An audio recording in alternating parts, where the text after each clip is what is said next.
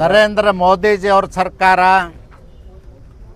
ಬಡವರಿಗೆ ಗುಣಮಟ್ಟದ ಔಷಧ ಸಿಗಬೇಕು, ಕಡಿಮೆ ಬೆಲೆಗೆ ಸಿಗಬೇಕು ಅನ್ನೋ ಸದುದ್ದೇಶದಿಂದ ಇಡೀ ದೇಶದಲ್ಲಿ ಎಲ್ಲ ಸರ್ಕಾರಿ ಆಸ್ಪತ್ರೆಗಳ ಆವರಣದಲ್ಲಿ ಮತ್ತು ನಗರಗಳಲ್ಲಿ ಪಂಚಾಯತಿ ಹೆಡ್ ಕ್ವಾರ್ಟರ್ಗಳಲ್ಲಿ ಜನೌಷಧಿ ಕೇಂದ್ರಗಳನ್ನು ಪ್ರಾರಂಭ ಮಾಡಿ ಅತ್ಯಂತ ಕಡಿಮೆ ಬೆಲೆಗೆ 30%ಗೆ ಮಾರ್ಕೆಟ್ನಲ್ಲಿ ರೇಟ್ ಏನು ಮೊದಲಿತ್ತು ಅದಕ್ಕಿಂತಲೂ ಅತ್ಯಂತ ಕಡಿಮೆ 30% ರೇಟಿಗೆ ಜನೌಷಧಿ ಸಿಗೋ ಹಾಗೆ ನರೇಂದ್ರ ಮೋದಿಜಿಯವ್ರ ಸರ್ಕಾರ ವ್ಯವಸ್ಥೆಯನ್ನು ಮಾಡಿತ್ತು. ಭಾಳ ಅತ್ಯುತ್ತಮವಾಗಿತ್ತು, ಜನಪ್ರಿಯ ಆಗಿದ್ದು ಜನೌಷಧಿ ಕೇಂದ್ರಗಳು. ಇವತ್ತು ಸಿದ್ದರಾಮಯ್ಯನವರು ಸರ್ಕಾರ ರಾಜ್ಯದಲ್ಲಿ ಜನೌಷಧಿ ಕೇಂದ್ರಗಳನ್ನು ಬಂದ್ ಮಾಡಿ ಜನರಿಗೆ ತೊಂದರೆ ಮಾಡಿದೆ, ಜನರಿಗೆ ಅನ್ಯಾಯ ಮಾಡಿದೆ. ಅದಕ್ಕಾಗಿ ನಾವು ಇವತ್ತು ಹೋರಾಟವನ್ನು ಮಾಡ್ತಾಯಿದ್ದೀವಿ. ನಾನು ಈ ಸಂದರ್ಭದಲ್ಲಿ ಸಿದ್ದರಾಮಯ್ಯನವರು ಕೇಳಲಿಕ್ಕೆ ಬಯಸ್ತೇನೆ, ಇದು ನಿಮಗೆ ಕನಿಷ್ಠ ಜ್ಞಾನ ಆದರೂ ಇದೇನಾ? ಫೆಡ್ರಲ್ ಸಿಸ್ಟಮ್ ಆಫ್ ಗೌರ್ಮೆಂಟ್ನಲ್ಲಿ ಯಾವ ರೀತಿ ನೀವು ನಡ್ಕೊಳ್ಬೇಕನ್ನೋ ಬಗ್ಗೆನೂ ಕನಿಷ್ಠ ಜ್ಞಾನ ಇರಲಾರ್ದೇ ಇವತ್ತು ಜನೌಷಧಿ ಕೇಂದ್ರಗಳನ್ನ ಬಂದ್ ಮಾಡಿದ್ರಿ. ನಾನು ಕೇಳ್ತೀನಿ, ಸಿದ್ದರಾಮಯ್ಯನವ್ರು ಆಗಿದ್ದರೆ NREG ದುಡ್ಡನ್ನು ಕೇಂದ್ರ ಸರ್ಕಾರದ ಉಪಯೋಗ ಮಾಡ್ಕೊಳ್ಬೇಡಿ, ಬೇಡ ಅಂತ ವಾಪಸ್ ಕಳಿಸಿ. ವಾಟರ್ ಸಪ್ಲೈ ಸ್ಕೀಮ್ಗಳಿಗೆ, JJMಗೆ ಮತ್ತು ನಗರೋತ್ಥಾನದಕ್ಕೆ ಮತ್ತು ಅಮೃತ ಯೋಜನೆಗಳಿಗೆ ಇವತ್ತು ಕೇಂದ್ರ ಸರ್ಕಾರದ ಹಣ ಬರ್ತದೆ, ಬೇಡ ಅಂತ ವಾಪಸ್ ಕಳಿಸ್ತೀರಾ? ಇವತ್ತು ನರೇಂದ್ರ ಮೋದಿಜಿಯವ್ರ ಸರ್ಕಾರ ತಿಂಗಳಿಗೆ ಪುಕ್ಕಟೆ 5 ಕಿಲೋ ಅಕ್ಕಿ ಕೊಡ್ತಾಯಿದೆ, ವಾಪಸ್ ಕಳಿಸ್ತೀರಾ? ಕೇಂದ್ರ ಸರ್ಕಾರದ ರಿಸರ್ವ್ ಬ್ಯಾಂಕಿನ ನೋಟ್ಗಳನ್ನು ನಾವು ಕರ್ನಾಟಕ ರಾಜ್ಯದಲ್ಲಿ ಚಲಾವಣೆ ಮಾಡೋದಿಲ್ಲ, ವಾಪಸ್ ಕಳಿಸ್ತೀರಾ? ನಿಮಗೆ ತಾಕತ್ತಿದ್ರೆ ಆ ಕೆಲಸ ಮಾಡಿ. ಇಂಥ ನೀಚ ಕೆಲಸಗಳನ್ನು ಮಾಡೋದು ಕೈಬಿಟ್ಟು ಕೂಡಲೇ ಜನೌಷಧಿ ಕೇಂದ್ರಗಳನ್ನು ಮತ್ತೆ ಪುನರ್ ಸ್ಥಾಪನೆ ಮಾಡಲಿಕ್ಕೆ, ಪ್ರಾರಂಭ ಮಾಡಲಿಕ್ಕೆ ನೀವು ಅನುಮತಿಯನ್ನು ಕೊಡಬೇಕು ಅಂತ ಒತ್ತಾಯ ಮಾಡ್ತೀವಿ.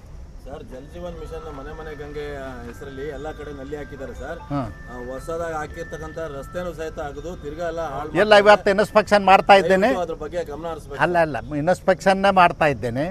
3 ಗಂಟೆಗೆ ಸಭೆ ಅದ, ದಯವಿಟ್ಟು ಎಲ್ಲರೂ ಬನ್ನಿ. ಕೋವಿಡ್ಗಳು ಹೆಚ್ಚಾಗ್ತಿದೆ, ಕೋವಿಡ್ ಲಾಕ್ಡೌನ್ ಆಗೋ ಸಾಧ್ಯತೆ. ಕೋವಿಡ್ ಈಗ ಪ್ರಾರಂಭ ಆಗಿದೆ ಅಂಥೇಳಿ ಮಾಧ್ಯಮಗಳಲ್ಲಿ ದಿನ ನೋಡ್ತಾ ಇದ್ದೀವಿ. ದಿನನಿತ್ಯ ಕೋವಿಡ್ ರೋಗಿಗಳ ಸಂಖ್ಯೆ ಹೆಚ್ಚಾಗ್ತಾ ಇದೆ. ಅದಕ್ಕಾಗಿ ನಾನು ಸರ್ಕಾರಕ್ಕೆ ಎಚ್ಚರಿಕೆಯನ್ನು ಕೊಡಲಿಕ್ಕೆ ಬಯಸ್ತೇನೆ.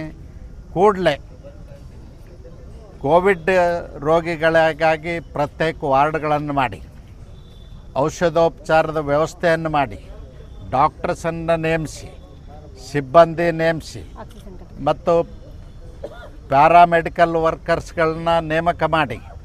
ಇವತ್ತು ಅನೇಕ ಆಸ್ಪತ್ರೆಗಳಲ್ಲಿ ವೈದ್ಯರಿಲ್ಲ, ಪ್ಯಾರಾಮೆಡಿಕಲ್ ವರ್ಕರ್ಸ್ ಇಲ್ಲ. ಆಸ್ಪತ್ರೆಗಳು ಕೇವಲ ನಾಮಕೆ ವಾಸ್ತೆ ಆಸ್ಪತ್ರೆಗಳಾಗಿದ್ದಾವೆ ಕರ್ನಾಟಕದಲ್ಲಿ. ಅದಕ್ಕೆ ಕೂಡಲೇ ಎಲ್ಲ ಹುದ್ದೆಗಳನ್ನು ಭರ್ತಿ ಮಾಡಬೇಕು, ಮೊದಲನೇದ್ದು. ಎರಡನೇದ್ದು, ಇವತ್ತು ICU ವಾರ್ಡ್ಗಳನ್ನು ಕೂಡ ಮಾಡಬೇಕಾಗ್ತದೆ. ಮತ್ತು ಟೆಸ್ಟ್ಗಳನ್ನು ಇವತ್ತು ಕೋವಿಡ್ ಟೆಸ್ಟಿಗೆ ಪ್ರತಿ ಊರಿನಲ್ಲಿಯೂ, ಪ್ರತಿ ತಾಲೂಕಾ ಹೆಡ್ ಕ್ವಾರ್ಟರ್ನಲ್ಲಿಯೂ ಕೋವಿಡ್ ಟೆಸ್ಟ್ಗಳನ್ನು ಹೆಚ್ಚಿನ ಪ್ರಮಾಣದಲ್ಲಿ ಮಾಡಬೇಕು. ಅದು ಅಲ್ಲದೇ ಆಕ್ಸಿಜನ್ದು ಭಾಳ ಕೊರತೆ ಆಗ್ತಿರ್ತದೆ.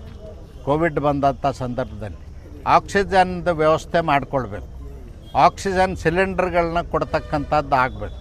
ಮತ್ತು ಆಕ್ಸಿಜನ್ನ ನಾವೇ ಉತ್ಪಾದನೆ ಮಾಡ್ತಕ್ಕಂಥದ್ದು ವ್ಯವಸ್ಥೆ ಎಲ್ಲ ತಾಲೂಕುಗಳಲ್ಲಿ ಆಗಬೇಕು.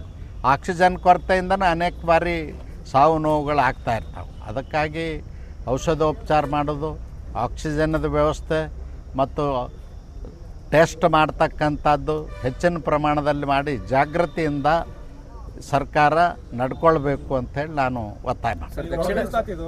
ವಿಚಾರವಾಗಿ ಹೋರಾಟಗಾರರನ್ನ ಸರ್ಕಾರ ಅರೆಸ್ಟ್ ಮಾಡ್ತಾ ಇದೆ. ಆಮೇಲೆ ಏನೋ ಇದು ಸರ್ವೆ ಮಾಡ್ತಾ ಇತ್ತು, ಸರ್ವೆಯಲ್ಲಿ ಏನೋ ಸರಿಯಾಗಿ ಆಗ್ತಿಲ್ಲ ಅಂತ ಹೇಳ್ತೀವಿ. ಇದ್ರ ಬಗ್ಗೆ ಒಳ ಮೀಸಲಾತಿ ಕೊಡಬೇಕು ಅಂತ ಹೇಳಿ ಯಾರಪ್ಪ ಆ ಕಡೆ ಹೋಗಿ ಮಾತಾಡಿ. ಒಳ ಮೀಸಲಾತಿ ಕೊಡಬೇಕು ಅಂತ ಸುಪ್ರೀಂ ಕೋರ್ಟ್ ಆಗಸ್ಟ್ 2024ರಂದೇ ಆದೇಶ ಮಾಡಿದೆ. ಈಗಾಗಲೇ ನಮ್ಮ ನೆರೆ ರಾಜ್ಯ ಆಂಧ್ರ ಪ್ರದೇಶ, ತೆಲಂಗಾಣದಲ್ಲಿ ಕೊಟ್ಟಿದ್ದಾರೆ, ಹರಿಯಾಣದಲ್ಲೂ ಕೊಟ್ಟಿದ್ದಾರೆ, ಪಂಜಾಬ್ನಲ್ಲೂ ಕೊಟ್ಟಿದ್ದಾರೆ. ಅನೇಕ ರಾಜ್ಯಗಳಲ್ಲಿ ಒಳ ಮೀಸಲಾತಿ ಜಾರಿಯನ್ನು ಮಾಡಿದ್ದಾರೆ. ಇವತ್ತು ಸಿದ್ದರಾಮಯ್ಯನವ್ರ ಸರ್ಕಾರ ದಲಿತ ವಿರೋಧಿ ಸರ್ಕಾರ. ಒಳ ಮೀಸಲಾತಿ ಕೊಟ್ಟರೆ ಅದೊಂದು ಸಾಮಾಜಿಕ ನ್ಯಾಯ. 101 ಜಾತಿಯವ್ರಿಗೂ ಅವ್ರವ್ರ ಜನಸಂಖ್ಯೆಗೆ ಅನುಗುಣವಾಗಿ ಸರ್ಕಾರಿ ಸೌಲಭ್ಯಗಳು ಸಿಗಬೇಕು, ಸರ್ಕಾರಿ ಕೆಲಸ ಸಿಗಬೇಕು, ಸರ್ಕಾರಿ ಯೋಜನೆಗಳ ಲಾಭ ಸಿಗಬೇಕು ಅನ್ನೋ ಉದ್ದೇಶದಿಂದ ಕಳೆದ 30 ವರ್ಷದಿಂದ ಅಸ್ಪೃಶ್ಯರು ರಾಜ್ಯದ ಉದ್ದಗಲಕ್ಕೆ ಹೋರಾಟವನ್ನು ಮಾಡ್ತಾಯಿದ್ದಾರೆ. ಅದಕ್ಕೆ ಸಿದ್ದರಾಮಯ್ಯನವರು ನಿಮಗೆ ಇವತ್ತು ಕುರ್ಚಿ ಸಿಕ್ಕಿದ್ರೆ ನಿಮ್ಮ ಪ್ರಣಾಳಿಕೆಯಲ್ಲಿ 2023 ಚುನಾವಣೆಯಲ್ಲಿ ಹೇಳಿದ್ರಿ, ನೀವು ನಮಗೆ ಅಧಿಕಾರ ಕೊಡಿ, ಮತ ಕೊಡಿ, ನಾವು ಅಧಿಕಾರಕ್ಕೆ ಬಂದ ಮೊದಲನೇ ಕ್ಯಾಬಿನೆಟ್ನಲ್ಲೇ ಒಳ ಮೀಸಲಾತಿ ಜಾರಿ ಮಾಡ್ತೀವಿ ಅಂತ ಹೇಳಿದ್ರಿ. ಆದರೆ ಇವತ್ತು ಅಧಿಕಾರಕ್ಕೆ ಬಂದ ಮೇಲೆ ಕುರ್ಚಿ ಮೇಲೆ ಕೂತ ಮೇಲೆ ಮರ್ತಿದ್ರಿ. ಜನ ನಿಮ್ಮನ್ನು ಬಡದು ಎಬ್ಸೋದಕ್ಕಿಂತಲೂ ಮುಂಚೆ ಎಚ್ಚೆತ್ತುಕೊಂಡು ಒಳ ಮೀಸಲಾತಿ ಜಾರಿ ಮಾಡಬೇಕು ಅಂತ ಒತ್ತಾಯ ಮಾಡ್ತೇನೆ. ಸಿದ್ದರಾಮಯ್ಯನವ್ರಿಗೆ ಹೇಳಲಿಕ್ಕೆ ಬಯಸ್ತೇನೆ, ಜುಲೈ 1ರೊಳಗಾಗಿ ನೀವು ಒಳ ಮೀಸಲಾತಿ ಜಾರಿ ಮಾಡದೆ ಹೋದರೆ ಇಡೀ ರಾಜ್ಯದಲ್ಲಿ ನಿಮ್ಮ ಮಂತ್ರಿಗಳು ನೀವು ಓಡಾಡೋದು ಕಷ್ಟ ಆಗ್ತದೆ, ಜನ ಪ್ರತಿಭಟನೆ ಮಾಡ್ತಾರೆ, ನಿಮಗೆ ವಿರೋಧ ಮಾಡ್ತಾರೆ ಅನ್ನೋ ಎಚ್ಚರಿಕೆಯನ್ನು ಕೊಡ್ತೇನೆ. ಸರ್, ದಕ್ಷಿಣ ಕನ್ನಡ ಜಿಲ್ಲೆಯಲ್ಲಿ ಕೋಮು ಸಂಘರ್ಷ ಹೆಚ್ಚಾಗ್ತಾ ಇದೆ, ಸರಣಿ ಕೊಲೆಗಳು ನಡೀತಾ ಇದ್ದಾವೆ. ಈ ಸರ್ಕಾರ ಬಂದ ಮೇಲೆ ಕೊಲೆ ಸುಲಿಗೆಗಳು ಜಾಸ್ತಿ ಆಗಿದಾವೆ, ಅರಾಜಕತೆ ಜಾಸ್ತಿ ಆಗಿದೆ.